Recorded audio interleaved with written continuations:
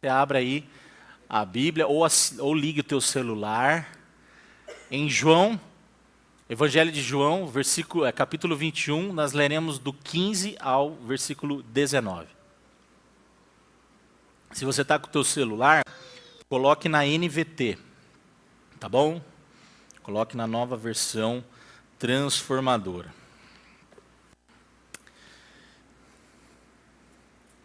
Os antigos de igreja iam lembrar. Quem achou, diga amém. Lembra disso?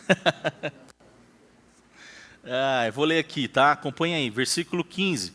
Depois da refeição, Jesus perguntou a Simão Pedro, Simão, filho de João, você me ama mais do que estes? Estes quem? Os outros discípulos, tá bom?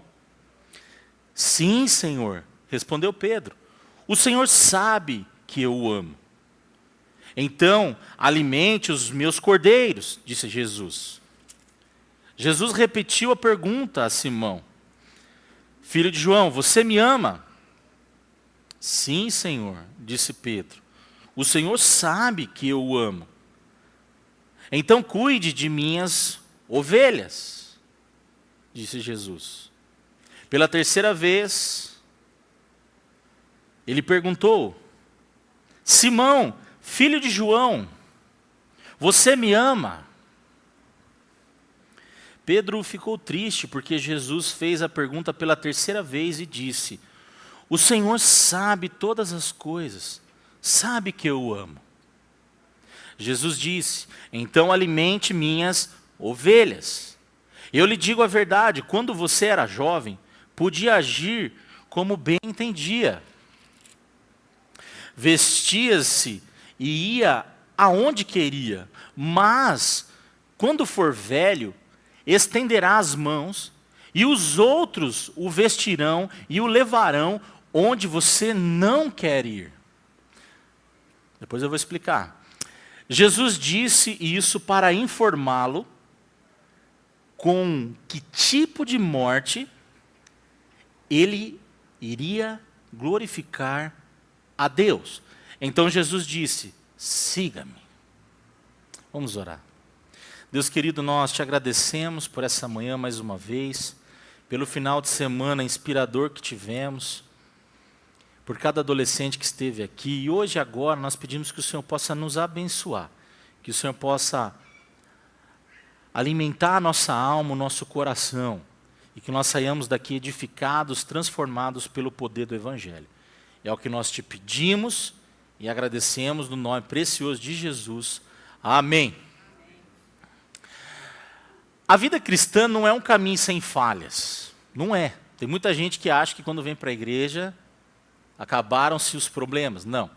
Mas onde o amor de Deus resolve problemas com graça e verdade.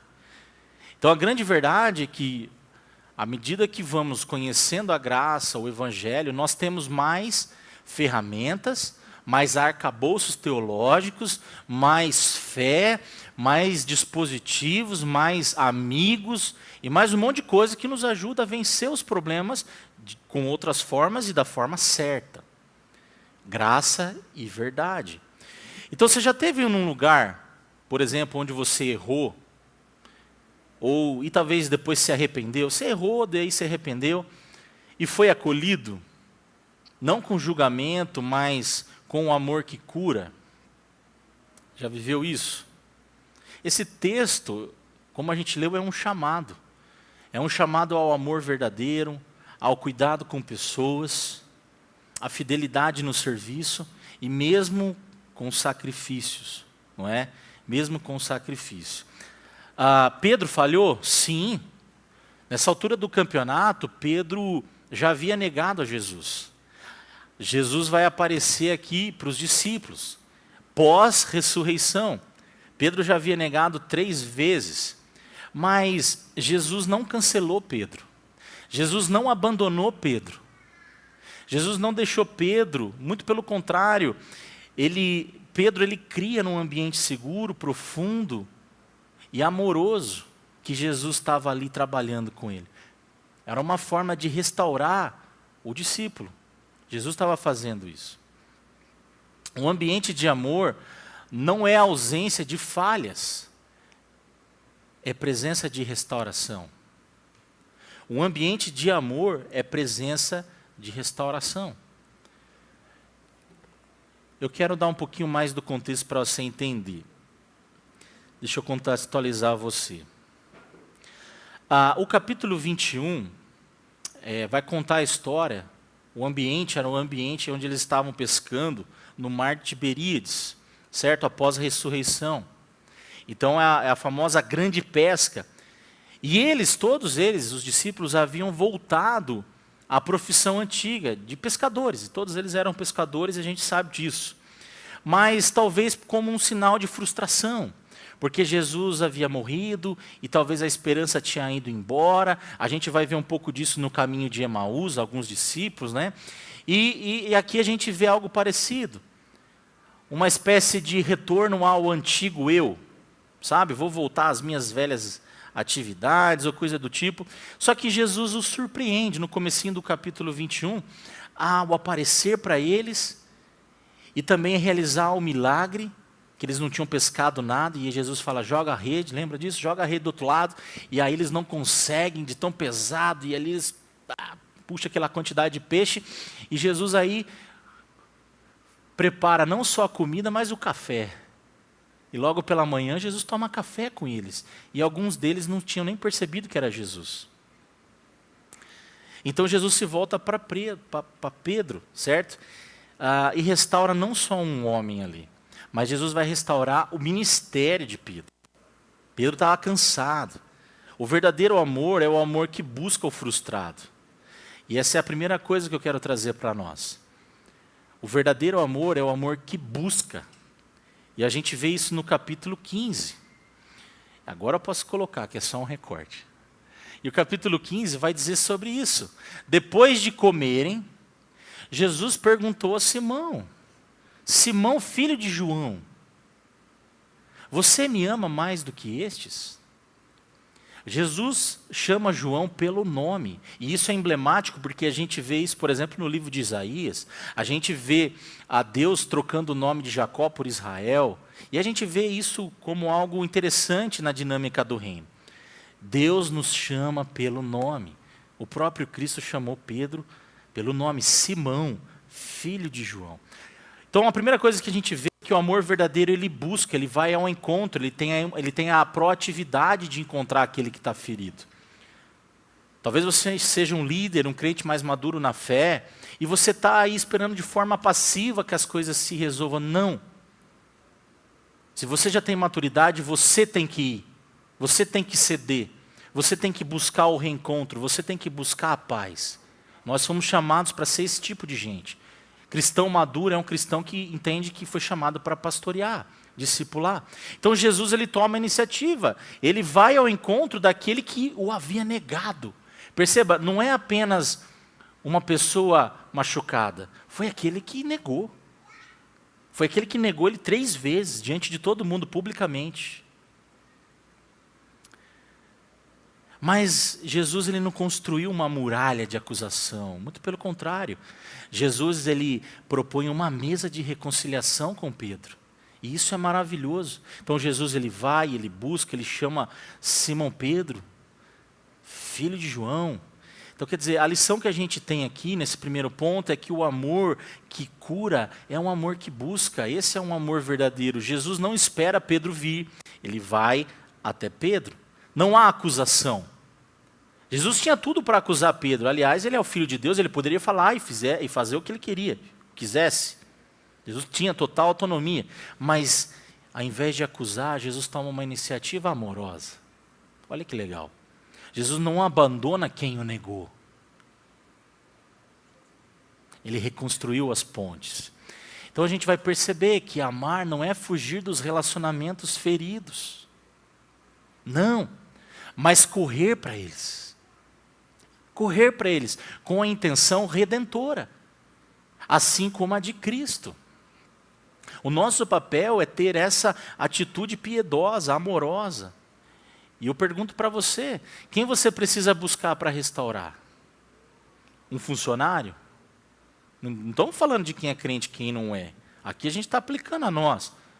Com quem que você tem um desentendimento? alguém que ficou algo mal conversado, talvez seja o teu cônjuge, talvez seja o teu filho, tua filha, teu pai, aquele parente do Natal que até agora vocês não resolveram lá, quem quer levar o frango, o peru, e já estamos na Páscoa e você está ainda enrusgado com alguém lá. Acontece com a gente. Quem? Peça para o Senhor revelar o teu coração, talvez esteja alguém aí. Certo? Jesus vai te mostrar o caminho.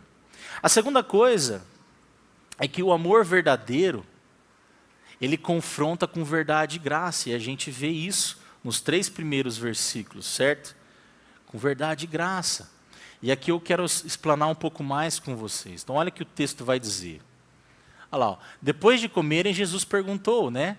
Simão, filho de João, você me ama mais do que estes? Sim, respondeu Pedro. Sabe que eu o amo. Olha a tradução. Jesus disse, então alimente os meus cordeiros.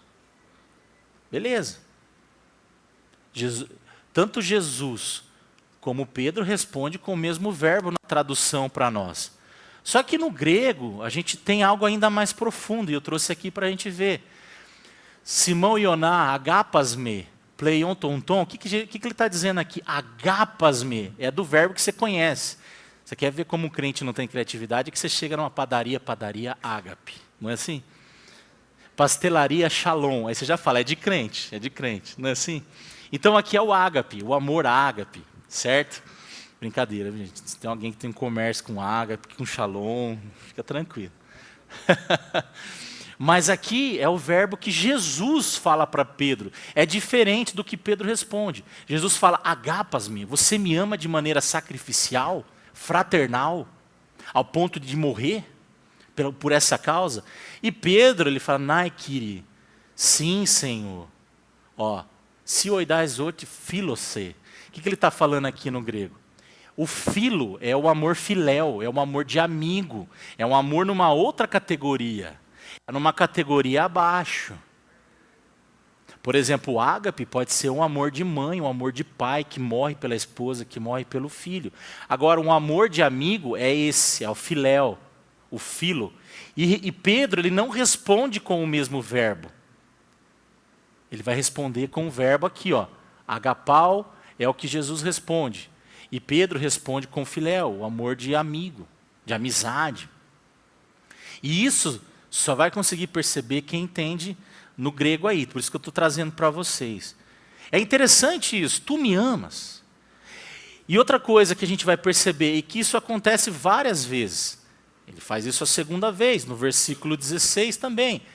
Você me ama? Sim, Senhor, disse Pedro. Mesma coisa, ó, ama, amo. Então cuide das minhas ovelhas. E aí no 16, leguem ao tom, palim, deuteran, quer dizer, pela segunda vez ele respondeu, Simão ionagapasme. Ele pergunta de novo com o verbo sacrificial. Você me ama desse jeito? Leguem ao tom, naikirie, suoidais outro filose. Ele vai falar aqui, ó, de novo, o filose. Eu te amo como amigo, Jesus. Eu te amo. Eu fico imaginando que Pedro não estava conseguindo subir a régua. Ele havia negado Jesus 3 vezes, ele não estava conseguindo, pelas suas próprias forças, chegar na expectativa que Cristo estava propondo para ele. E às vezes a gente se sente assim, como Pedro. Jesus pede algo para nós que a gente não consegue chegar naquilo que Jesus está pedindo de nós. Eu não consigo, eu quero, mas eu não consigo servir. Eu quero, mas eu não consigo contribuir. Eu quero, mas eu não consigo perdoar. Eu estou entendendo o Evangelho, mas está difícil. Esse é o cenário, essa é a cena. Consegue perceber? Então o Senhor vai falar, pastoreia minhas ovelhas. E aqui Jesus também vai usar outro verbo, o poinaime, que é o que vem de poimênica, por exemplo, que é pastorear. Mas ainda tem mais uma vez. E aí a gente vai perceber que para cada vez que Pedro negou Jesus, Jesus trouxe essas 3 perguntas de cura para Pedro. A gente tem que prestar atenção nesses números na Bíblia. Pedro negou Jesus 3 vezes e 3 vezes Jesus faz essa mesma pergunta para ele, a fim de trazer cura para cada vez que Pedro negou. Isso é maravilhoso. E a mesma coisa, pela terceira vez, Simão, filho de João, você me ama? Pedro ficou magoado. Eu imagino que aí o Pedro caiu a ficha dele. Nessa terceira vez, acho que Pedro deu aquela respirada. Entendi. Só que veja, você me ama? Você me ama? Pedro ficou magoado por Jesus ter perguntado pela terceira vez, você me ama? E disse, Senhor, o Senhor sabe todas as coisas, o Senhor sabe que eu amo. E Jesus diz pela terceira vez, restaurando o ministério dele, e não apenas não acusando, mas falando para ele da missão. Jesus fala assim, então alimente as minhas ovelhas. Jesus está falando, eu não estou te acusando, eu estou restaurando o teu ministério. Apacente as minhas ovelhas. Ele vai dizer aqui, bosque. Aqui ele usa um outro verbo, aqui é cuidar. Cuide dos meus cordeiros, das minhas ovelhas. Mas aqui tem algo interessante que eu quero que você perceba. Na terceira vez, Jesus vai usar o mesmo verbo que Pedro usou, no grego. Jesus, ele deixa o ágape e ele abaixa a régua para se conectar com o coração de Pedro. Isso é uma forma bela da gente entender que Jesus ele se conecta aonde a gente está, no momento e na fase de vida que a gente está. E a gente percebe que essa é a reflexão que Jesus traz. Ele abaixa o nível da pergunta, ele usa o filés ali. Tu me amas como amigo, Pedro? Tu me amas? E isso entristeceu Pedro. Pedro ficou triste, mas ele usa o mesmo nível que Pedro estava usando. E Pedro vai falar, Senhor, tu sabes que eu te amo. Fileis-me, filose. Eles usam o mesmo verbo. Agora, para pensar, Pedro cresceu por quê? Ele foi humilde para receber a correção de Jesus. Às vezes também tem esse aspecto que a gente precisa pensar. Será que você está sendo humilde para ser corrigido? Será que ao ouvir o sermão você tem a humildade de abaixar a guarda e ouvir o que o Senhor está falando? Será que você, como um discípulo de Jesus, também está tendo essa humildade de Pedro, de receber a correção e amor? Quando que você vai crescer também, assim como Pedro? Pedro ainda estava quebrado por causa da falha que ele teve. Ele não tinha coragem de declarar o ágape para Jesus. Ele não estava com coragem. Ele não conseguia, mas Jesus, cheio de graça, desce ao nível de Pedro para restaurar Pedro. E como líderes, agora na posição de líderes, a gente precisa abaixar também. Às vezes a gente precisa ir ao nível que a pessoa está para restaurar a pessoa. Falar a mesma linguagem, parear o coração. Sabe a ideia do Bluetooth? É isso mesmo, parear o coração, para que dê conexão. Às vezes, como líder, dá vontade de pendurar umas pessoas na parede, igual o Judas, assim, né? Quem é antigo lembra, pendurava o Judas e maiava o Judas, vocês lembram disso? Em pedreira tinha disso, eu era criança, eu pegava um pedaço de pau e ela maiava o Judas no poste lá. Às vezes dá vontade de fazer isso com algumas pessoas. Mas quando eu olho para esse texto, eu também sou confrontado. Se Jesus não me acusa, eu também não vou acusar vocês. Eu não tenho esse direito. Por mais que às vezes a gente fique frustrado, até desanimado com algumas situações, mas a gente tem que entender que eu também sou confrontado, assim como você. Da mesma medida que fomos amados, devemos amar. Então essa história nos ensina que o amor pode crescer, que a gente pode evoluir a nossa maneira, o nosso modo de amar, assim como é a expectativa de Cristo, como ele propôs para Pedro, certo? E essa história nos ensina isso. Depois da cura, o amor de Pedro muda. Pedro vai escrever as duas cartas dele, e ele não usa mais o verbo filéu, ele vai usar o ágape, todas as vezes que ele vai falar de amor. Depois que Pedro foi curado, em 1 Pedro 1,22, a gente vai ver isso em 1 Pedro 4,8, que ele vai falar, ele usa o ágape para falar do amor entre irmãos. Ele usa o ágape. Ele cresceu, porque ele foi humilde para receber o ágape de Jesus, ser transformado pelo ágape de Jesus, e então resplandecer, né, compartilhar a mesma medida que ele recebeu. Sabe que eu aprendo também que Jesus, Deus, ele valoriza a nossa sinceridade. Jesus valoriza o nosso coração sincero, genuíno. E a gente precisa parar para prestar atenção nisso. Pedro, ele não quis impressionar Jesus. Ele estava diante do Filho de Deus e ele responde com honestidade. E essa sinceridade é a base para um recomeço. O que você tem para falar a alguém, fale logo. Se você tem que perdoar alguém, perdoe logo. Se você tem que liberar a cura para o seu próprio coração, peça a Deus logo. Fale logo para Jesus, cure o meu coração. Senão não adianta nada a gente cantar, para Ele me curar, que eu preciso de Ti.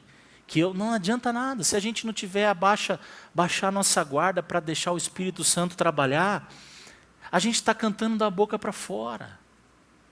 A gente tem que olhar para essa história como uma história de redenção, o encontro à beira-mar, onde Cristo chega para Pedro e propõe a cura. Talvez onde é o lugar do seu coração que Jesus precisa se encontrar com você. Pensa nisso. E uma terceira coisa, esse amor verdadeiro, ele restaura. A gente vai ver isso. Como a gente leu, ele vai falar para alimentar, para Pedro alimentar, para Pedro pastorear e para Pedro alimentar de novo. Então ele usa lá os verbos, não é? Alimente os meus cordeirinhos. Ele usa a ideia aqui no versículo 15, ele fala de cordeirinhos, na ideia de pessoas mais novas, tanto na fé quanto de idade. Alimente os mais novos, como um pai cuida do seu filho. Bosque tá harneamu, cuide dos meus cordeirinhos. Depois ele usa o verbo, né, de poimeno aqui, ó, que é pastorear mesmo, leve alimento sólido para as ovelhas. Ele usa outro verbo, outro substantivo, probatamu. Ovelhas, para crente mais velho. Assim como Paulo vai falar, saia do leitinho e leve o alimento sólido. Observe todo o ensinamento aqui, depois ele fala de novo, cuide das minhas ovelhas. Ele não está usando cordeirinhos, ovelhas. Então, de forma geral, Deus está restaurando o ministério de Pedro para ele ser um grande pastor como foi. Ou seja, todas as idades. A cuidar dos novos na fé, que a gente teologicamente chamamos de neófitos, esse é o termo. Gente nova na fé, gente nova de idade, mas também crente velho, também gente mais madura na fé, de idade e de reino, né, de caminhada com Jesus. E aí Pedro escreve as duas cartas à igreja. Então olha que bacana isso, né? O bosque é dar pasto, o verbo ali, ó, bosco, né? Nutrir. A gente precisa fazer isso. E o poimaino aí, que é o do meio, é pastorear, no sentido mais de cuidar mesmo, de liderar, de proteger, de conduzir o rebanho. É no aspecto mais para a gente que é líder também, essa função ligada ao pastor, né? Essa ideia do guardião espiritual e tudo mais. Então Jesus, ele confirma o chamado de Pedro, mesmo após Pedro ter caído. Essa semana eu liguei para um amigo, o Espírito Santo me incomodou, eu liguei para o irmão dele e falei, cara, eu quero o telefone do seu irmão. Faz muito tempo que eu não falo com ele e Deus está me incomodando que eu preciso ligar para ele.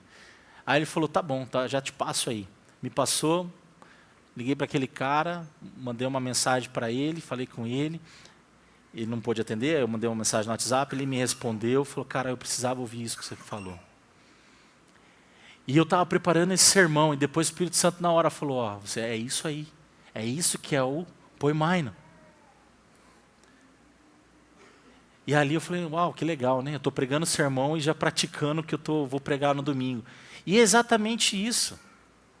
A gente precisa ter essa postura pastoral. Ah, pastor, mas eu sou um membro comum. Gente, sacerdócio universal. Você, homem, cuide da sua esposa, pastoreie tua casa. Mulher, também cuide do seu marido, pastoreie ele também. Quem falou que não pode? Quem falou que não deve? Filho, pastoreie o coração do pai aí. Pai, pastoreie o coração do filho. Pastoreie o coração do amigo. Da pessoa do teu grupo pequeno. A gente precisa ter isso no coração, gente. A igreja saudável é aquela que se pastoreia mutuamente. Um leva comida para o outro. É assim que funciona. Certo? Então, lições que a gente aprende aqui. Mesmo quem falhou pode ser restaurado. Mesmo quem falhou pode ser usado por Deus novamente e ainda mais e poderosamente. Depois a gente vai ver lá no livro de Atos que quando Pedro pregou, 3.000 se converteu. Homens, só homens anotaram ali. 3.000, já pensou? Pedro sendo usado, a sombra de Pedro curava, vai ler o livro de Atos. As pessoas chegavam lá pedindo dinheiro e falavam, não, eu não tenho prata nem ouro, o que eu tenho eu te dou. Ó o ágape, em nome de Jesus levanta e anda, as pessoas levantavam. Então olha o Pedro que se tornou após as negações a Cristo. Pedro se tornou uma grande pessoa, um grande homem. Então o ministério começa com o amor por Jesus. Não começa no teu amor pelo ministério, mas no teu amor a Jesus e por Ele. E óbvio que se você ama Jesus, você vai expressar isso cuidando de pessoas. Não tem outro caminho. Nós somos chamados para cuidar de pessoas. O ambiente de amor não cancela o outro. Isso aí é comum na internet, é comum no mundo secular, o cancelamento. Mas o ambiente cristão não existe o cancelamento. Mas restaura a dignidade e renova a missão. Eu conheço muita gente cansado de igreja, com igreja. Semana eu conversei com um membro da igreja também. Falei, como é que está a sua esposa? Tal, como é que está fulano? Não quer saber de igreja. Falei, nossa, por quê? Passado, raiva de pastor, raiva de pessoas. Falei, meu Deus. É a vida.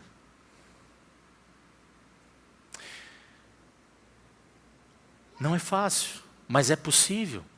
Jesus fez isso com Pedro. Será que temos restaurado quem falha? É uma boa pergunta agora para nós como igreja. Pergunta mais coletiva, ou temos deixado para trás aí os soldados que tomaram o tiro na guerra aí? E aí eu gosto muito daquele filme O Resgate do Soldado Ryan, que filmão, né? Filmão, lembrei desse filme quando eu estava lendo. E eu tenho um outro também muito bom, Até o Último Homem, e é uma história verídica também, assistam lá. É uma postura sim, a gente não pode deixar para trás, nós somos um exército. Antigamente a gente cantava, não cantava? Eu posso escutar o exército de Deus. Lembra disso? Só os velhos de igreja, né? Marchando sobre a terra em plano de guerra vai. Já ouço o louvor que é a arma de vitória.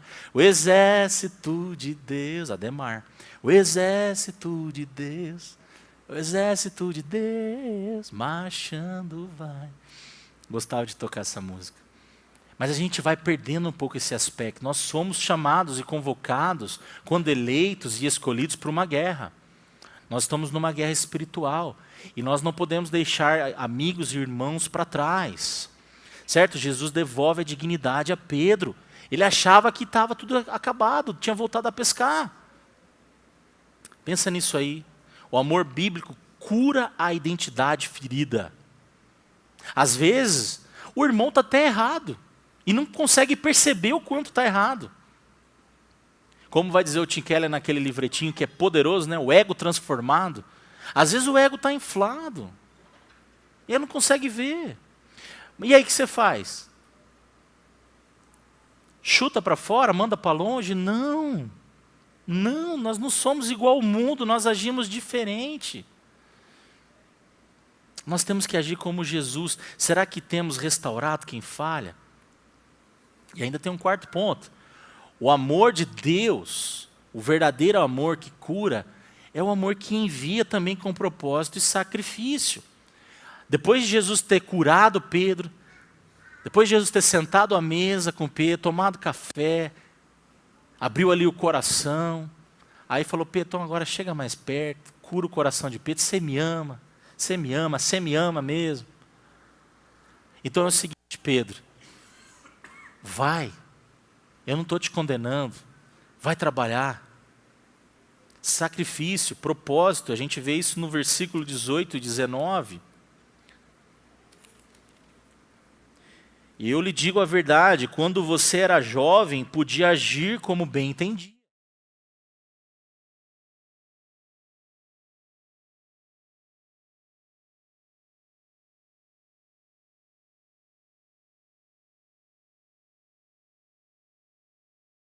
Vestia-se e ia aonde queria, mas quando velho, opa, mudou, você é maduro.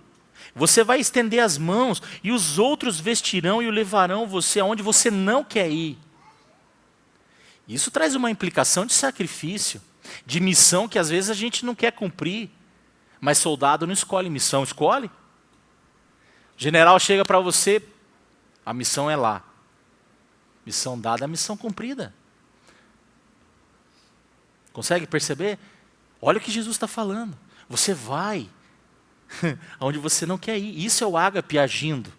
E Jesus estava falando aqui de futuro, certo? O levarão aonde você não quer ir. Jesus, no 19, Jesus disse isso para informá-lo com o tipo de morte que ele iria glorificar a Deus. E vai dizer a tradição que ele morreu de ponta cabeça, né? Ou sacrificial, ao ponto de morrer por Jesus. Esse foi Pedro. E mesmo assim Jesus disse para ele, siga-me, siga-me. É uma reconvocação. Jesus já tinha falado isso para Pedro lá atrás. Jesus fala de novo, siga-me.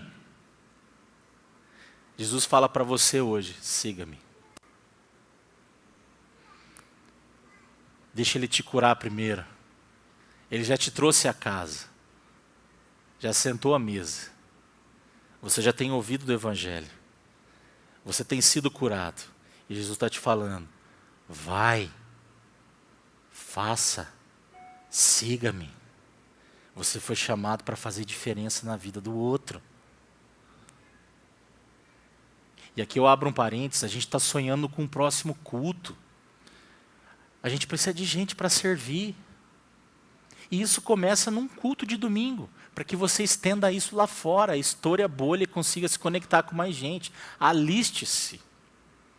A gente precisa. A colheita é grande, mas são poucos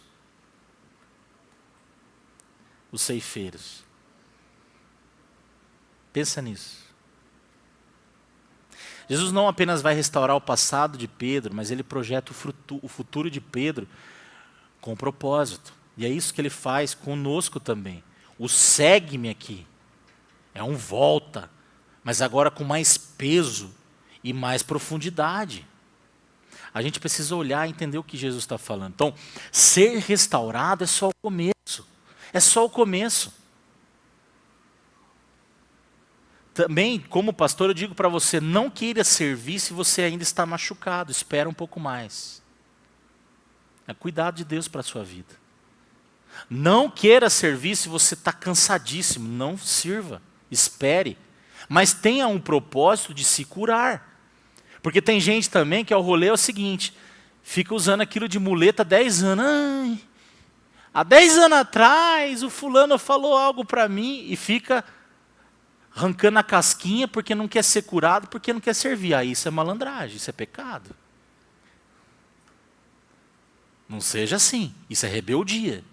Deixa Jesus te curar, para que você volte para a missão.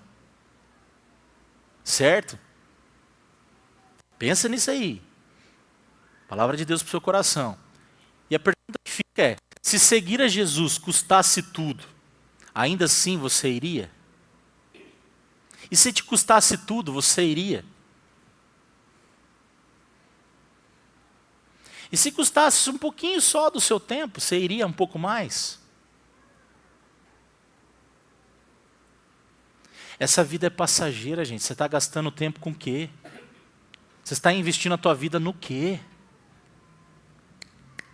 Passa rápido. Outro dia eu tinha 15 anos. Eu vou fazer 40. E às vezes eu sou um pouco acelerado porque eu quero ver a coisa acontecer. Aí o conselho vai segurando aqui, né? Mazão, coxa. Ô, Bruno, calma aí. Vai segurar. Mas deixar, eu quero acelerar. Por quê? Porque eu quero ver a coisa acontecer, eu quero ver o reino crescendo, eu quero ver você feliz, servindo, eu quero ver as pessoas sendo transformadas. Esse é o desejo de um pastor. Ver vidas sendo transformadas, curadas, servindo com alegria a família toda. Isso é maravilhoso. Pensa nisso, certo? Você iria mesmo assim? Mas vamos um pouco mais a fundo agora. Como criar, então, ambientes que resolvem problemas, certo? A gente precisa pensar nisso. Primeira coisa aí, para você aplicar na sua vida, não fuja das conversas difíceis.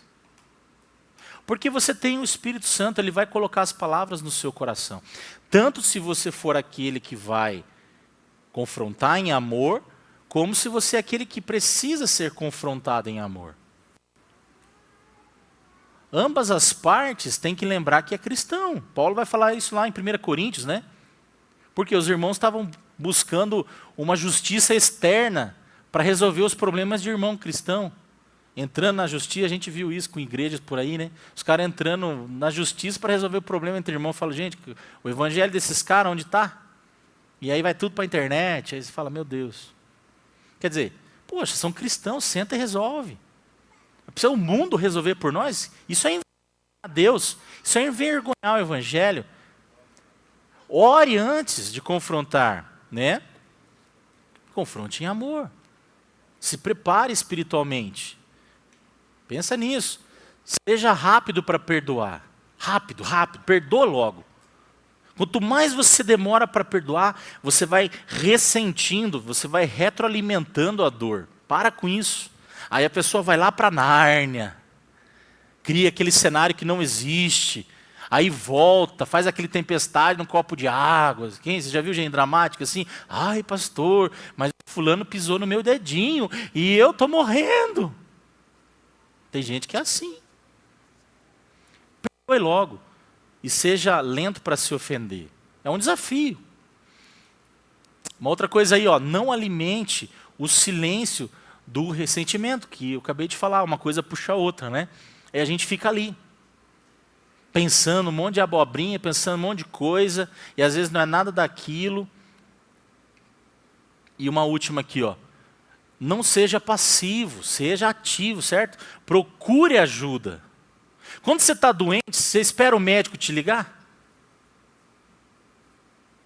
Não chega a ser cômico isso? Eu estou doente. Espera, vai ficar igual aquele meme da caveirinha, né? Senta e fica esperando o médico te ligar. Aí o crente acha que o pastor tem bola de cristal. Acha que o líder do grupo pequeno tem bola de cristal, que vai adivinhar que você não está bem, que vai adivinhar que as coisas não estão bem em casa, no trabalho, com o filho, com a filha. Gente, pelo amor de Deus. Tem gente que acredita em profecias desse nível aí, mas não é o caso, tá? Se você não está bem, nos procure. Manda um WhatsApp que seja, manda uma mensagem, liga. Vamos tomar um café. Liga, pode procurar líder de pequeno grupo, eles também são pastores. Mazão, Tiago, todo mundo aí que é líder. Procure os líderes todos. A gente precisa entender que isso é uma forma de a gente abaixar a guarda na mesma altura da humildade de Pedro, certo? Se for necessário discipulado, uma mentoria, um aconselhamento, enfim, caminhar próximo. É assim que a gente resolve problemas, em amor. Certo? Guarde isso aí. E para finalizar, você ama Jesus? Cuide de quem Ele ama. Você falhou? Jesus ainda te chama pelo nome. Você lidera? Lidere com amor e não com medo. Você foi restaurado? Então sirva com compaixão e seja a resposta de Deus na vida de outros. É assim. É desse jeito, certo? E aí eu trago para você uma pergunta final. Que tipo de ambiente você tem criado em casa, na igreja, nos seus relacionamentos? Que tipo de ambiente? Um ambiente que ignora os erros ou que cura as feridas?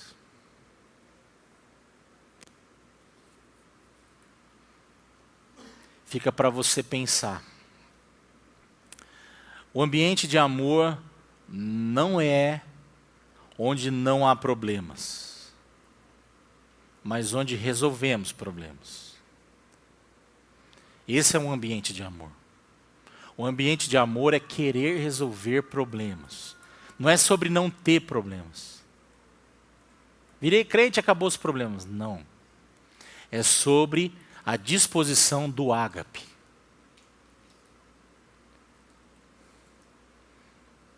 É onde a gente senta para resolver problemas.